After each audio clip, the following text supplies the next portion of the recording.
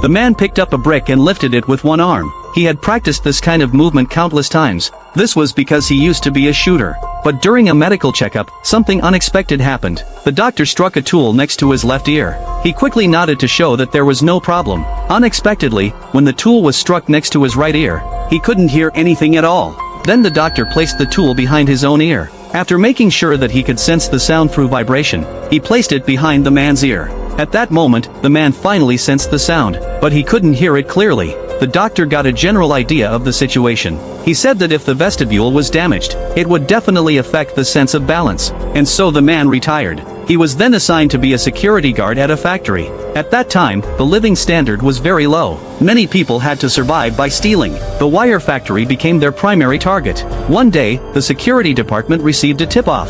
They learned that someone would come to the factory that night, so they lay in ambush in advance, and they really caught the thieves. Although there was a fight between the two sides during the process, they finally succeeded in capturing all the thieves. Seeing that the man's ear was accidentally injured, the security captain kindly reminded him to go to the next room for treatment. At that moment, he saw the captain release the thieves. When he tried to run after them, he found himself locked in the room. He shouted for a long time, but no one came to open the door for him. He could only watch as the thieves were let go. After all the thieves had left, the captain finally opened the door. At this point, the man understood the reason. He didn't want to stay there anymore, but the captain called him back, saying that the money from the guy who sold counterfeit goods, why not take it? Then he took out a sum of money and gave it to the man, but the man stuck to his principles. He told the captain to give the money to his sister-in-law. Then he turned around and left. Later, he began to study his hobby, the handgun, and through his familiarity with the handgun, he successfully made one by himself. Every detail of the gun was hand-polished by him. Even the grip was specially made by him. This kind of design fit perfectly in the hand.